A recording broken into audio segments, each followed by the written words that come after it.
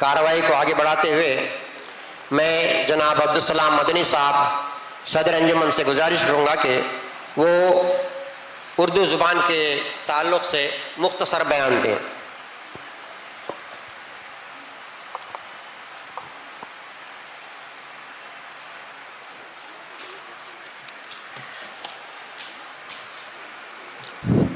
السلام علیکم ورحمۃ اللہ وبرکاتہ۔ فاعوذ باللہ من الشیطان الرجیم، بسم اللہ الرحمن الرحیم۔ ومن آیاتہ خلق السماوات والارض واختلاف السنتکم والوانکم ان فی ذلک لآیات للعالمین۔ سورہ روم 30:22۔ صدر محترم، مہمانان خصوصی، شعراء کرام، خواتین و حضرات، یہ بات ہم لوگوں پر بالکل آیا ہے کہ کسی بھی قوم کے لیے زبان کا مسئلہ بہت اہم ہوتا ہے۔ اس کی حفاظت اور فروغ کے لیے ہمہ جہت جد و جہد کرنا ہے، کیونکہ زبان کسی بھی قوم کے بقا کی ضمانت ہے۔ اسی طرح یہ بھی حقیقت ہے، اگر کسی قوم کے وجود کو مٹانا ہو اور اس کی ملی اور تہذیبی شناخت کو ختم کرنا ہو تو اس کی زبان اور اس کے رسم الخط کو مٹا دو، وہ قوم خود بخود مٹ جائے گی اور اس کی شناخت ختم ہو جائے گی، جس کی مثال ملیشیا اور انڈونیشیا ہمارے سامنے ہے۔ ان چند کلمات کے بعد اس پر روشنی ڈالنا چاہتا ہوں کہ اردو ترکی زبان کا لفظ ہے جس کے معنی لشکر، فوج، جتھا اور خیمہ وغیرہ کے آتے ہیں، اور اس زبان کے آغاز و ارتقاء کو لے کر کوئی فیصلہ، کوئی نظریہ نہیں پایا جاتا ہے، مگر ایک مشہور اور مشترک بات یہ ہے کہ ہندوستان میں مسلمانوں کی آمد پر اس زبان کی بنیاد رکھی گئی۔ ایک زمانے میں افغانستان، عراق، ایران اور وسط ایشیا سے ارباب کمال علماء و ادبا ہجرت کر کے اس ملک میں قدم رکھتے رہے اور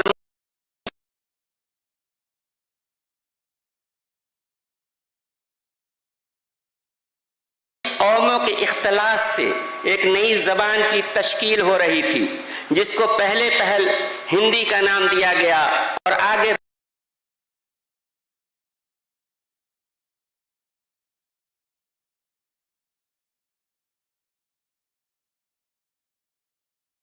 بڑھتے بڑھتے پنجابی، سندھی، ہندوی، ہندوستانی، ریختہ، گجری، دکنی، اردو معلیٰ وغیرہ کے ناموں سے پکارا جاتا رہا۔ ماہر لسانیات نے اردو کی ابتدا کا سراغ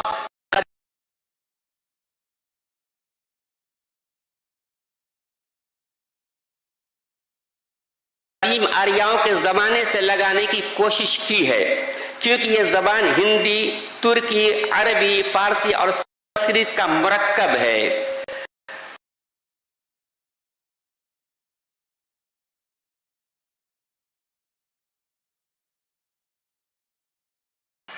اسے صرف اردو زبان کہہ کر سب سے پہلے 1780 کے آس پاس غلام حمدانی مصحفی، جو ایک بڑے شاعر تھے، انہوں نے اپنے شعر میں استعمال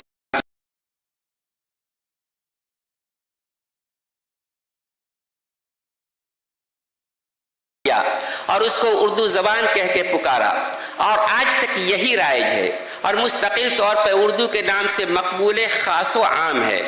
اردو ادب کا آغاز 12ویں یا 14ویں صدی میں شمالی ہند میں ہوا۔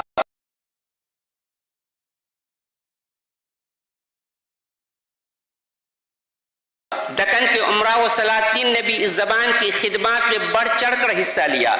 ان میں بہمنی اور شاہی کا نام لیا جا سکتا ہے۔ ایک زمانہ تھا کہ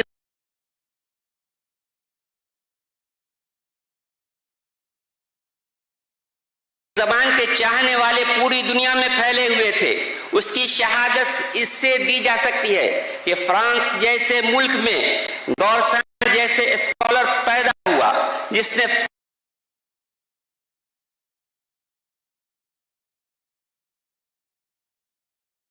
فرینچ میں 3 جلدوں میں 3 والوم میں اردو زبان کی تاریخ لکھی۔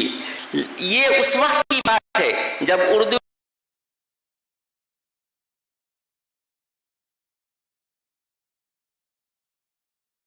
کی کوئی تاریخی مواد اور باقاعدہ موجود بھی نہیں تھی۔ مختصر یہ کہ اردو زبان کی خوشبو پوری دنیا پھیل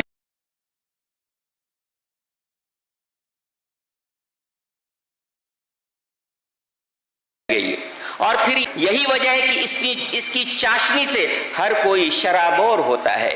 یہ زبان سماج کا روشن آئینہ ہے جس میں خلوص و محبت، شرافت، وضعداری، احترام اور اعلیٰ انسانی قدروں کے عکس صاف صاف نظر آتے ہیں۔ اردو محبت کرنا سکھاتی ہے، دلوں کو جوڑتی ہے، اور اردو فکر کو کشادہ کر کے عالی ظرف بناتی ہے۔ اردو صرف ایک زبان کا نام نہیں ہے بلکہ ایک تمدن کی حیثیت رکھتی ہے اور ہندوستان کی مشترکہ تہذیب کی علامت ہے۔ یہ آزادی اور جمہوریت کی زبان ہے۔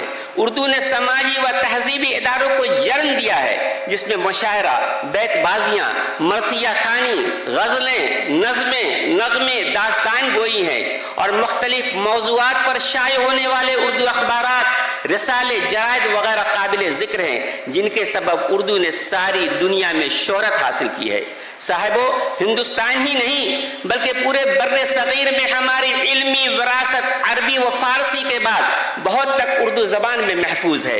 اس زبان کے ذریعے اسلام کی اشاعت مسلسل ہو رہی ہے جس میں بڑا رول مدارس اسلامیہ کا رہا ہے، ہمارے مدارس اسلامیہ کا رہا ہے اور رہے گا انشاءاللہ۔ مشاعرے نے بھی خواہ وہ عالمی سطح پہ ہو یا کل ہند سطح پہ ہو سماج کو اردو کے قریب لا دیا ہے۔ بیرون ملک میں مشاعرے کا بڑا اہتمام ہے، ان میں ہر مذہب و ملت کے شعراء اس کے حصہ ہیں۔ یہ پیاری و شیریں زبان کسی ایک علاقہ اور خطہ یا ایک مذہب والوں کا نہیں ہے بلکہ دنیا کے بہت سارے ملکوں میں یہ زبان بولی اور سمجھی جاتی ہے۔ اس ملک کے بہت سی ریاستوں میں اس کو دوسری زبان کی حیثیت حاصل ہے، یہاں تک کہ UN یعنی اقوام متحدہ نے بھی بین الاقوامی زبان کی حیثیت سے اس کو تسلیم کیا ہے۔ لیکن افسوس کہ آج اردو زبان رو بزوال ہے، اس میں بہت زیادہ گراوٹ آ گئی ہے۔ خود اردو کے نام پہ روٹی کھانے والے چند حضرات اس سے بے اعتنائی برت رہے ہیں اور اس کا جنازہ نکال رہے ہیں، اور یہ بھی حقیقت ہے کہ یہ زبان اپنی تمام شیرینی، مٹھاس و لطافت کے باوجود اپنوں کی عدم توجہی اور غیروں کے تعصب کا شکار ہوتی رہی ہے۔ اس لیے اگر ہم یہ چاہتے ہیں کہ اردو زندہ رہے اور اس کے ذریعے سے ہماری تہذیب اور شناخت باقی رہے اور ہماری علمی ورثہ کی حفاظت ہو تو ہمارے لیے ضروری ہے کہ ہم اردو کی تحفظ کے لیے تن من دھن سے کوشش کریں، اور خاص کر میں ان میں چند مشورہ دوں گا۔ ایٹ لیسٹ اپنے گھر میں اردو کے کتابوں کا مطالعہ کا اہتمام کریں، گھر میں اردو بولے اور کہیں بھی جائیں تو اردو زبان ہی میں گفتگو کریں۔